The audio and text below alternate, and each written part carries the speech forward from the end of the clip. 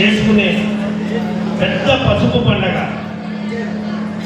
మన ఎన్టీ రామారావు గారు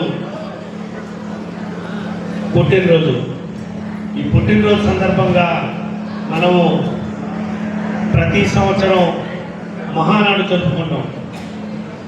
కానీ కొన్ని అనివార్య కారణాల వల్ల ఈసారి మహానాడు ఇలా వర్చువల్గా జరుపుకోవాలని మన జాతీయ అధ్యక్షుల వారు ముఖ్యమంత్రి వర్యులు శ్రీ నారా చంద్రబాబు నాయుడు గారు సూచనల ప్రకారం ఇవాళ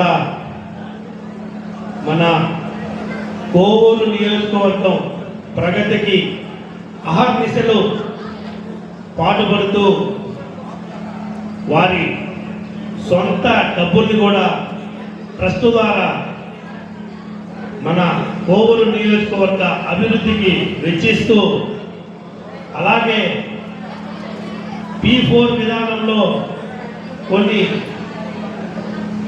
పనులు మన నియోజకవర్గాల్లో ముందుకు నడిపిస్తూ మనల్ని ఈరోజు ఈ విధంగా వర్చువల్గా మన కుటుంబ సభ్యులందరూ కలిసి ఈ పండుగను జరుపుకోండి ఆదేశాలు జారీ చేసిన మన గౌరవ కోవూరు ఎమ్మెల్యే శ్రీమతి వేమిరెడ్డి ప్రశాంత్ రెడ్డి గారి సూచనల ప్రకారం మనం ఇక్కడ ఇందుకూరుపేట మండలంలో క్లస్టర్ 10 ఇక్కడ క్లస్టర్ 11 ఇందుకూరుపేటలో మనం జరుపుకుంటున్నాం.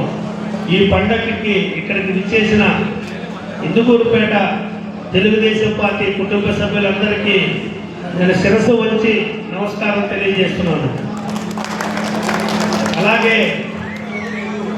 ఈ పసుపు పండుగ చేసుకోవడానికి ముఖ్య కారణం అన్న ఎన్టీ రామారావు గారు. మనకి దేవుళ్ళు ఎలా ఉంటారో తెలియదు, వారి రూపాలు శ్రీరాముడు అంటాం, శ్రీకృష్ణుడు అంటాం, వారి రూపాలు మనకు తెలియదు.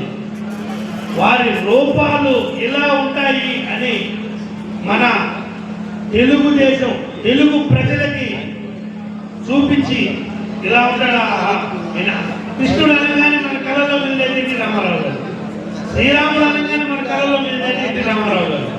అలా మనం ఉన్న భూమి మీద ఉన్నన్ని రోజులు, ఆ సూర్యచంద్రుడు ఉన్నన్ని రోజులు మనకి శ్రీరాముడుగా శ్రీకృష్ణుడుగా మన మనసుల్లో చిరస్థాయిగా నిలిచిపోయే వ్యక్తి అన్న నందమూరి తారక రామారావు గారు. ఆయన జయంతి సందర్భంగా మనం ఇవాళ ఆయన్ని స్మరించుకుంటూ తెలుగుదేశం పార్టీని ఎలా బలోపేతం చేయాలి, ప్రజలకి ఎంత మంచి చేయాలి, ఎలా చేయాలి అనే మార్గాన్ని మనం మార్గాన్ని సుస్థిరం చేసుకునే దానిగా ఇక్కడ తీర్మానాలు, అలా ప్రసంగాలు, పెద్ద పెద్ద వ్యక్తుల ప్రసంగాలు విని మనం వారి అరుగుజాడల్లో నడిచి వచ్చే లోకల్ బాడీ ఎన్నికల్లో కానీ మళ్ళీ 2029లో వచ్చే అసెంబ్లీ ఎన్నికల్లో కానీ మన తెలుగుదేశం పార్టీని తిరుగులేని శక్తిగా విజయం దిశగా పరుగులు పెట్టించేదానికే మనం ఇక్కడ అందరం సమావేశమయ్యాం. కాబట్టి మీకేదైనా సమస్యలు ఉంటే నిర్భయంగా ఊరి నాయకులకు తెలపండి. నాయకులు కానీ మీ సమస్యలు తీర్చకుంటే కొంచెం సమయం ఇవ్వండి. వాళ్ళకి కూడా మనం సమస్య చెప్పిన వెంటనే తీరదు. సమస్యని 1కి 2 సార్లు 10 సార్లుగా అడిగితేనే సమస్యలు అంటే మనం చూస్తూనే ఉంటాం. మన ఇళ్లలో ఒక సమస్య వస్తేనే దాన్ని తీర్చుకునే దానికి మనకు కొంత సమయం పడుతుంది.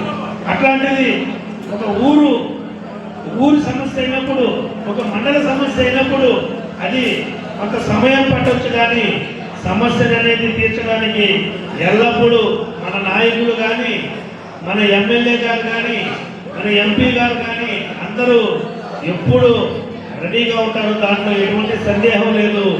తొందరగా ఈరోజు చెప్పాము, రేపు అయిపోలేదు అని దయచేసి నిరాశపడద్దు. ఎవరు అడగొద్దు. అడగలు మంచిది కాదు. అమ్మైనా అడగంటే అన్నం పెట్టదు.